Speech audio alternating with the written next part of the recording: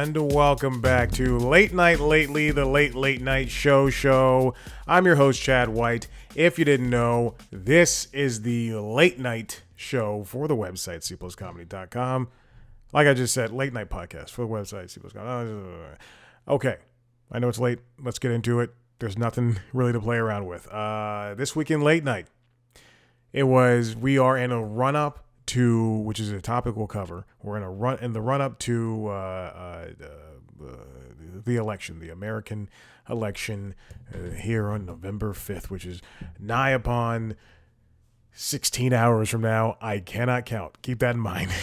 I'm not good at math.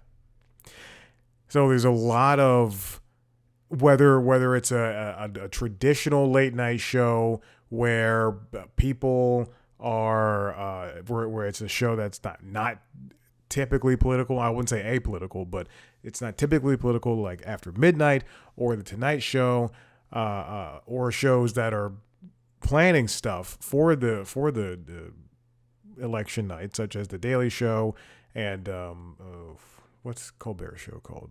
Late Show.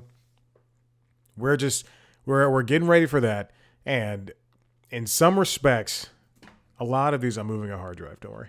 A lot of these shows are kind of not operating sleepily and not going through the motions, and I'm not saying they're saving things up for the next week, but man, or for this week, but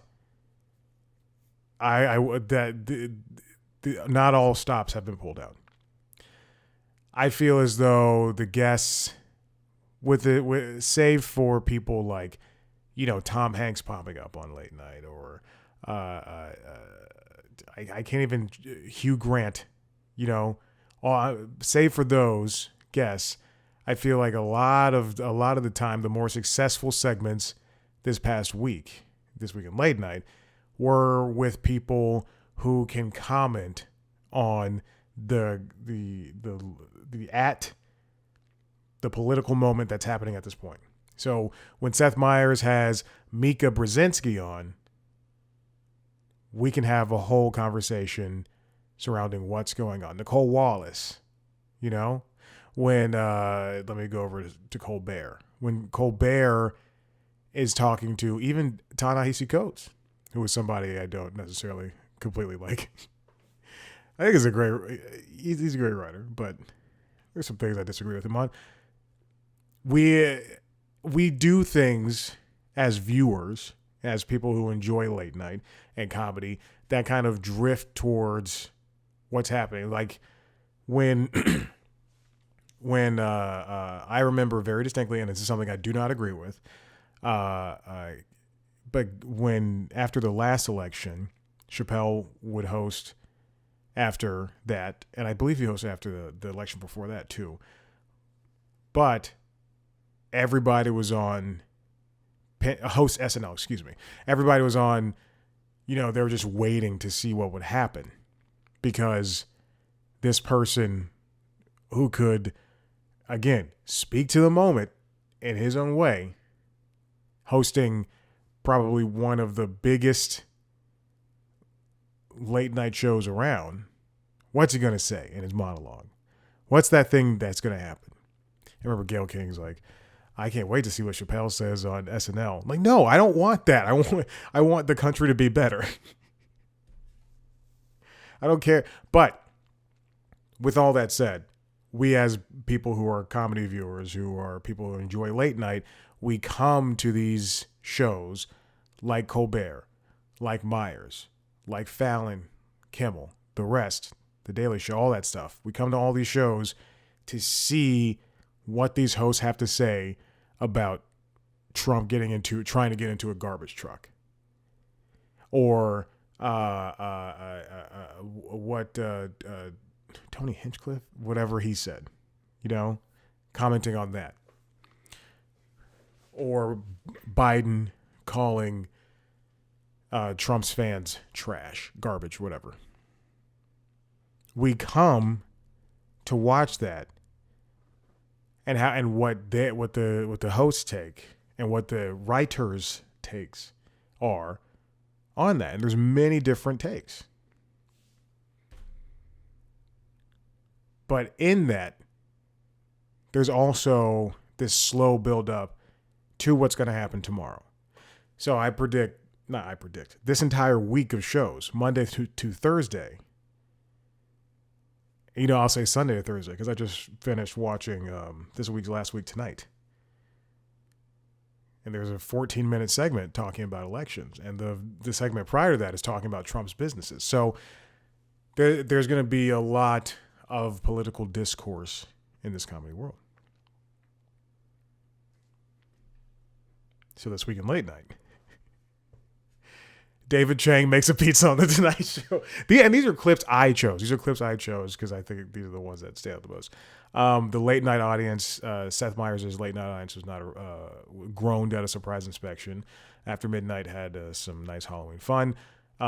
Seth Meyers popped up on Colbert's show, which again is called Late Show, I believe, and to talk about his new stand-up special, which is, again, I don't watch a lot of. I don't know if I've said this on here.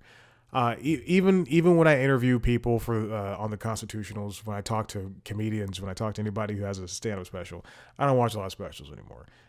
I burned out on them, and giving everybody a special is not a good idea. But when I watch more than, I would say even more than 10 minutes, then that means that I think you're a very funny person. And I watched all of Seth Meyers' special. Very true. I can count on my hand how many specials I've watched this year.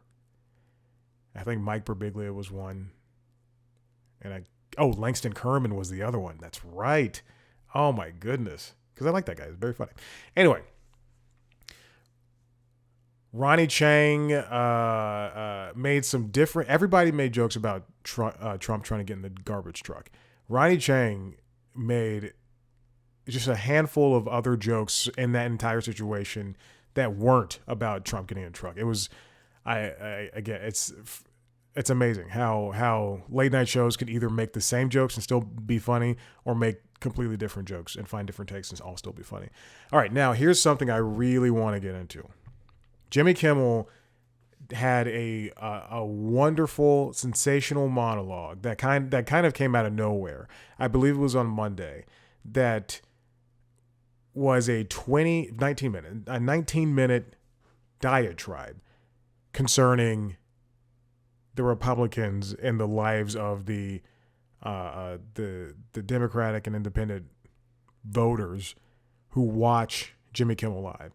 And it was again a fantastic monologue where he essentially made a plea for these people using facts and clips of things that Trump and his cronies have said or done over the past 10, because the oldest clip is 2016, 8 years.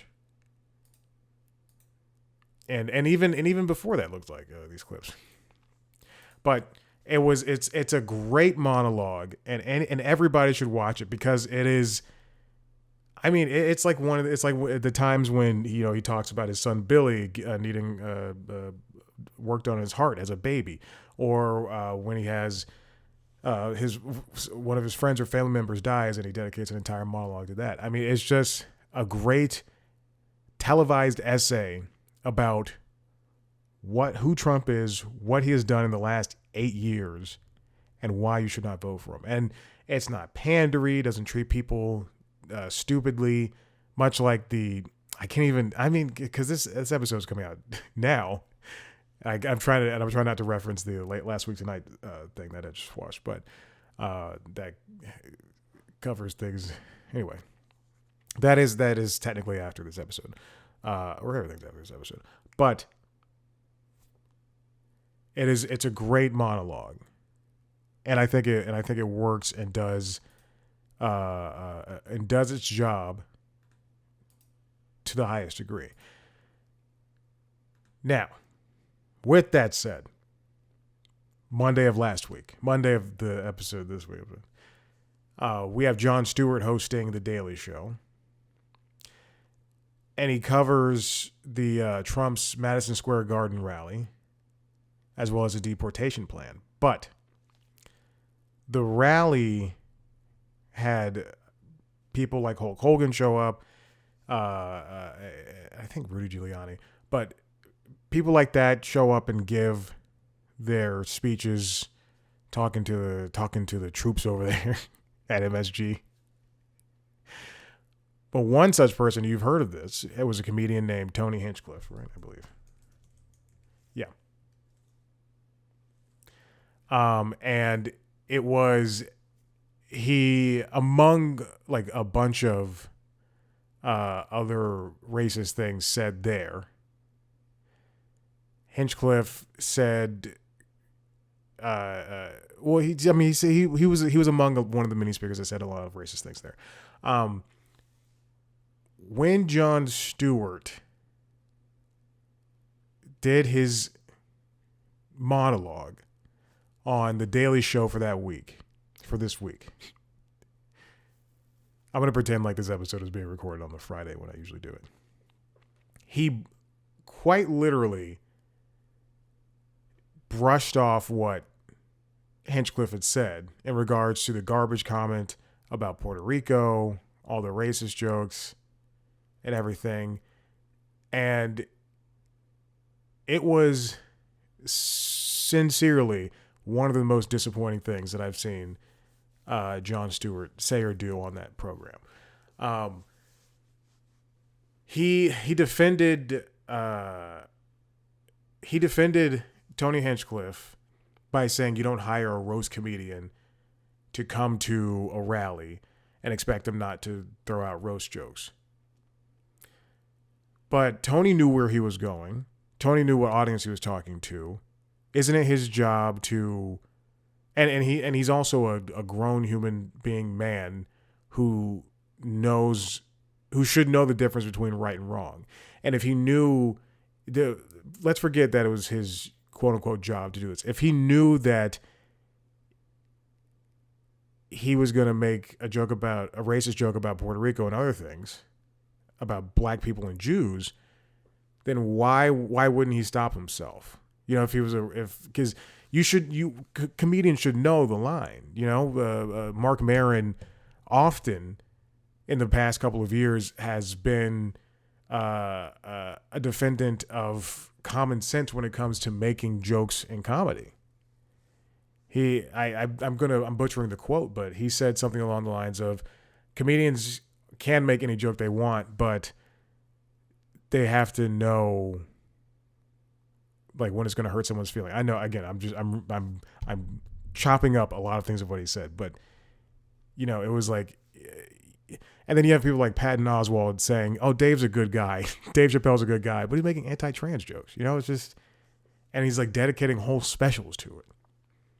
So even if you are a stand-up comedian and you're a roast comedian specifically, and you go and you're going to this and you're making those types of jokes, you shouldn't get, Jon Stewart shouldn't be slapping him on the wrist. Like that was, and he even said, I think it was a funny joke. Like he says he thinks the guy's funny. Like that's anyway. So Jon Stewart has had issues with this before. And also I will say this, Trevor Noah's done the same thing. I remember a couple of years ago, Joe Rogan was saying, during one of the times Joe Rogan was saying bad, crazy shit.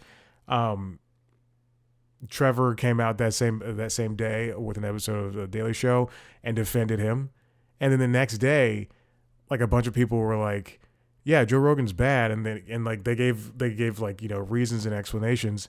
And Trevor never said anything otherwise. I mean, don't come out defending comedians. I'm not saying everybody, you know, cancel, but don't come out defending comedians when they say something explicitly, inherently wrong and bad. This is why you should, I mean, like, don't ever get your information from one place and make your own decision, you know? But this isn't the first time that Jon's done something like this.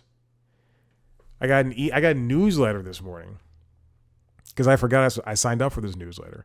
Wyatt Cenac put out a newsletter.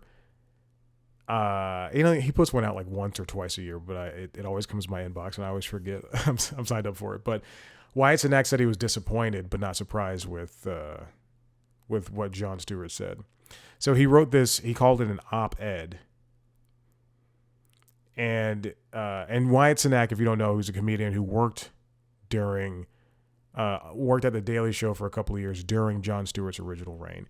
And he said he didn't agree with Stewart for excusing Hinchcliffe's participation in a xenophobic rally as the fault of the organizers for booking a quote unquote roast comedian. Jon Stewart's defended Joe Rogan before, Dave Chappelle. He pretended not to know anything, he did not say anything against Louis C.K. when all that was going down. I'm looking at a Slate article right now. Yeah, and Jon Stewart just kind of feigned ignorance, which is so stupid. I mean, it's this and the fact that, in the topic for this week's episode, the fact that Jon Stewart has been signed on, this comes from Variety written by Ethan Shanfield, to host The Daily Show on Mondays through December 2025, and he has takes like this, is so disappointing and flabbergasting that they would put this behind, that Comedy Central will put their weight continually behind somebody who does stuff like this. And I mean, it's just, he should, for him to be, this Reddit atheist, lucrative news figure for all these white males online who only get their sources from Joe Rogan and Jon Stewart. I would, you prove me wrong that the Venn diagram for Joe Rogan and Jon Stewart is not as it's big. There's a huge, I guarantee there's so much overlap. Not Venn diagram. There's so much overlap between listeners of Joe Rogan, daily listeners of Joe Rogan, weekly, daily listeners of Joe Rogan, and people who are like, I only get my news from Jon Stewart and Stephen Colbert. You don't read?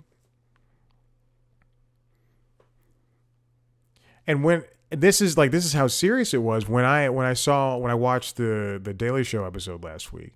I went, this is not what I do. I went, that was great. Like, why would he say that? And I didn't enjoy the rest of the monologue. And I immediately went online to see if other people were like, felt the same way I felt, because that is, like, I understand why he tried to defend him, but he should not have done that in the first place. And it's not edgy comedy. It wasn't even comedy. It's hate speech. And it feels, and what Wyatt says in his newsletter, he says, like, he's suggesting to racists, I'm reading a quote, suggesting to racists, maybe if their hate speech had made him laugh, he might have their backs too, which is true.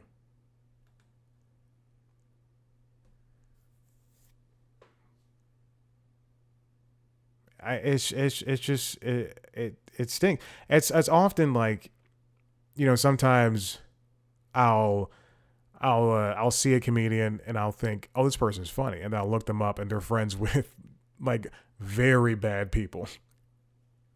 And I just go, come on, man, this is not something I like.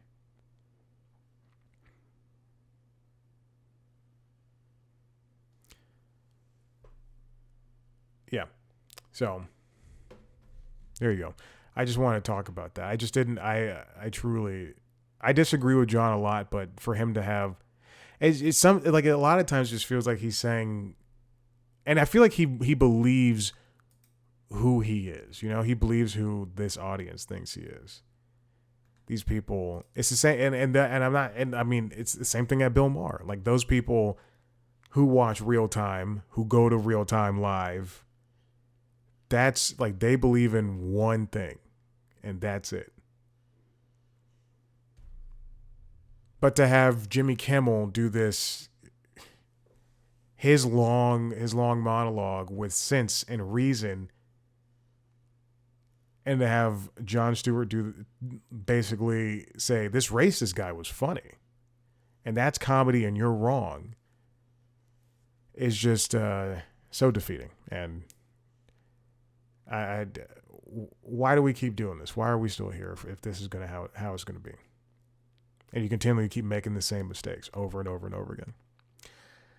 All right, listen, if you like what you heard here, head on over to the website, cpluscomedy.com, where you can see me talk to famous people sometimes. If you want to see a video version of the show, head to youtube.com/cpluscomedy, where you can see video versions of the other podcasts, the Constitutionals podcast, which is the entertainment business news show, as well as LinkedIn Logs, which is the jobs podcast.